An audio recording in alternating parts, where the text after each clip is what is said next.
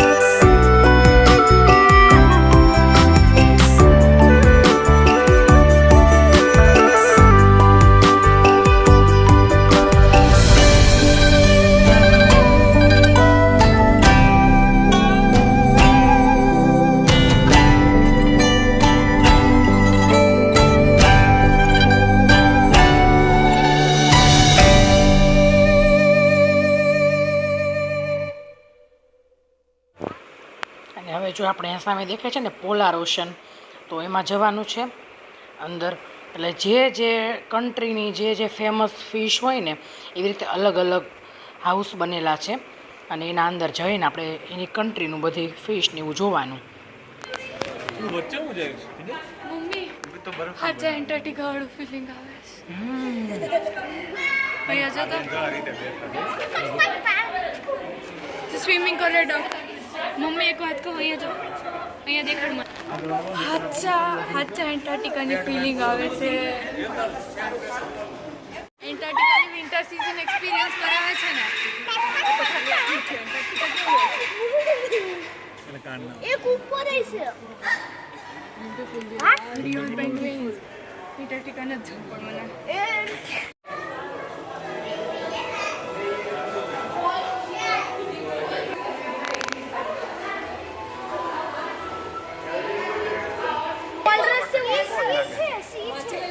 વોલરસ છે. ખબર છે. આ વોલરસ. વોલરસ વે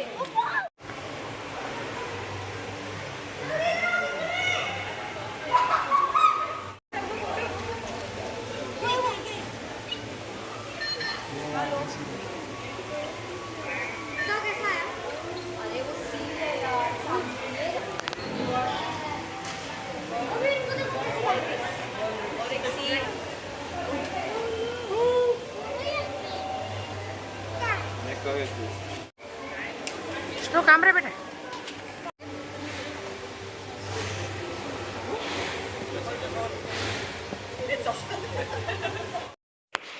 આ પોલાર ઓશનમાંથી અમે બહાર આવ્યા ને ત્યાં પેંગ્વિન અને અંદર પણ તમે પેંગ્વિન જોયા ને એ રીતના પેંગ્વિન ઠંડી ઠંડી એટલે આખું એટલાન્ટિકાનું આખું થીમ બનાવેલું હતું બધું. તો ઠંડી ફૂલ હતી, થોડી વારમાં બહાર નીકળી ગયા, અંદર ઊભું રહેવાય એમ જ નહોતું, એટલું ઠંડુ હતું. અને અહીંયા જો લોકો ફોટા પડાવે છે પેંગ્વિન જોડે. ઉભા રહ્યો. એક પગ ઉપર. જો એક પગ ઉપર. અહીંયા એક પગ ઉપર.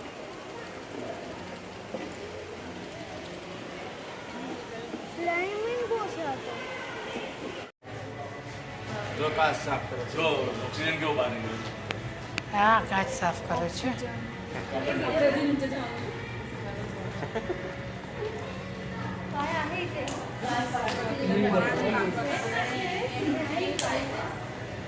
ચલો હવે કપડું ભીનું નહીં હોય હાલે આની